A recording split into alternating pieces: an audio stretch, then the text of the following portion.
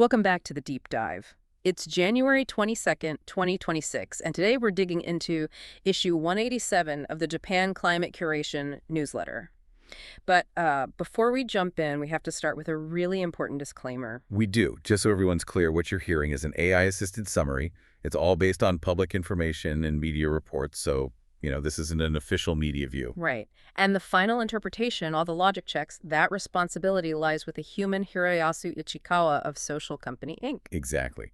We're just helping to sort through the noise. So with that out of the way, let's talk about this week's theme. Honestly, the best word I can think of is whiplash. Oh, that's a good word for it. It really is. You've got these historic energy milestones immediately followed by, well, failure, and corporate strategies that just seem to be pulling in opposite directions. Let's start with the biggest one then, nuclear and TEPCO. Right. So fact number one, on January 21st, TEPCO restarts the Kashiwazaki Kariwa Unit 6 reactor.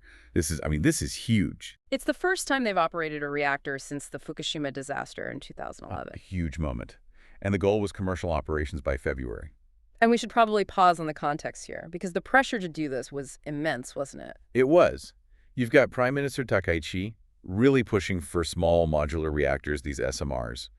The whole government is basically pivoting back to nuclear. Because wind power has had setbacks, and LNG, liquefied natural gas, is just incredibly expensive. They needed a win, and for a moment they had it. For less than 24 hours. Exactly. January 22nd. A control rod alarm goes off. They have to suspend operations immediately. Now, to be fair, no radiation risk was reported. No, but the psychological impact. Yeah. It's just massive. You wait 15 years for this moment, and you have to hit the brakes within a day. And when you look at the other sources this week, it doesn't feel like a one-off technical glitch. It feels like part of a pattern, maybe a pattern of human error. That's the thread connecting everything.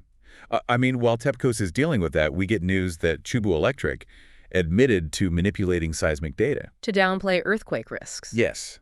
And then, maybe even more bizarrely, a nuclear regulator loses a secure work phone while on a trip in China. A secure phone with sensitive contacts, that's a huge oversight. It is, and it connects perfectly to this really sharp insight from Professor Kazuto Suzuki at the University of Tokyo.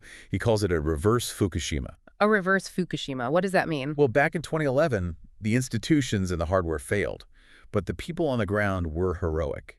Right. Today, he argues, the institutions are fine, the hardware is okay, but the individuals are failing.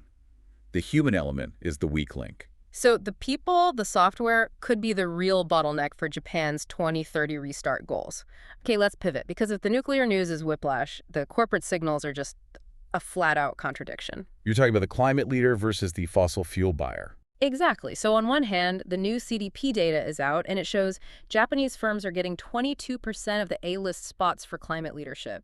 That's more than the UK, more than the EU. They look like green heroes on paper. But then, at the same time, Mitsubishi Corporation announces it's buying $7.5 billion worth of shale gas assets in the U.S. So how do you square that circle? That's the question. Yeah. How do you lead on climate while making a massive bet on fossil fuels? The answer seems to come down to two letters. AI. Artificial intelligence. Yep. Mitsubishi's CEO is on record saying the energy transition will take much longer than people think because AI is just an energy-hungry monster. They see gas as the bridge fuel needed to power it all. So they're effectively betting against a fast green transition. And the financial markets seem to agree. Look at transition bonds. Okay, let's quickly define that for everyone. Sure. A green bond funds something purely green, like a solar farm.